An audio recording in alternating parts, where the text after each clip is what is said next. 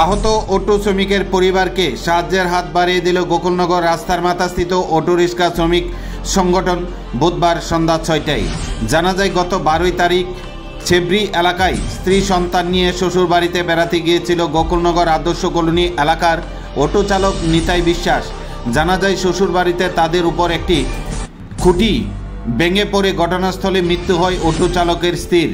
স্থানীয়রা অটো চালক নিতাই বিশ্বাস সহ তার 2 সন্তানকে প্রথমে স্থানীয় হাসপাতালে নিয়ে আসলে তাদের অবস্থা আশঙ্কাজনক দেখে আগরতলা জিবি হাসপাতালে রেফার করে খোয়াই জেলা হাসপাতালে কর্তব্যরত চিকিৎসকরা।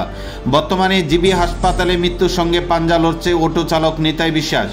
নিতাই বিশ্বাসের পরিবারের বৃদ্ধ মা বাবা খুব অসহায় অবস্থায় দিন যাপন করছে। বুধবার সন্ধ্যায় বিশালগড় মহকুমা রাস্তার মাথা শ্রমিক সংঘের এক প্রতিনিধি দল নিতাই বিশ্বাসের বাড়িতে যান এবং তার বৃদ্ধ মা বাবার সঙ্গে কথা বলে আর্থিক সাহায্যের হাত বাড়িয়ে দেন প্রতিনিধি দলটি। তারা জানান, আগামী দিনেও এই পরিবারটিকে সাহায্যের হাত বাড়িয়ে দিয়ে থাকবেন। আজকের এই প্রতিনিধি দলের মধ্যে উপস্থিত ছিলেন গোকুলনগর রাস্তার মাথা অটো রিক্সা শ্রমিক সংঘের সম্পাদক রতন দাশগুপ্ত, প্রসেনজিৎ সাহা, স্বপন দাস সহ অন্যান্য অটো শ্রমিকরা। সংবাদ মাধ্যমে এই নিয়ে বিস্তারিত আলোচনা করেন গোকুলনগর রাস্তার মাথা অটো রিক্সা শ্রমিক সংঘের সম্পাদক রতন দাশগুপ্ত। 12 তারিখ আমাদের ত্রিপুরা অটো রিক্সা শ্রমিক সংঘের একজন শ্রমিক নিতাই বিশ্বাস তার শ্বশুর বাড়ি খোয়াইয়ে গিয়েছিল। শ্বশুর বাড়িতে বাড়ির সামনে একটা বিদ্যুৎ খুঁটি হঠাৎ তাদের পরিবারের সমস্ত পরিবারের উপরে পড়ে। তাতে তার স্ত্রী সঙ্গে সঙ্গে ওই জায়গাতে মারা যায় এবং তার 2টি বাচ্চা এবং সে নিতাই প্রচণ্ডভাবে আহত হয়। এখন জীবিতে হসপিটালে ভর্তি, মৃত্যুর সঙ্গে পাঞ্জা লড়ছে।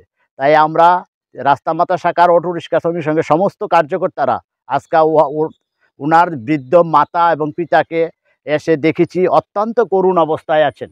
তাই আমরা যতটুকু সম্ভব আমাদের শ্রমিক সংগঠনের পক্ষ থেকে ওনাকে কিছু আর্থিক সহায়তা করেছি এবং আগামী দিনেও আমরা আশা রাখব যাতে ওনার এই পরিবারটাকে কীভাবে তুলে নেওয়া যায় এবং সবাইকে এগিয়ে নিয়ে এই সংসারটাকে কীভাবে বাঁচিয়ে রাখা যায় তার একটা পরিকল্পনা আমরা রাখছি। নমস্কার।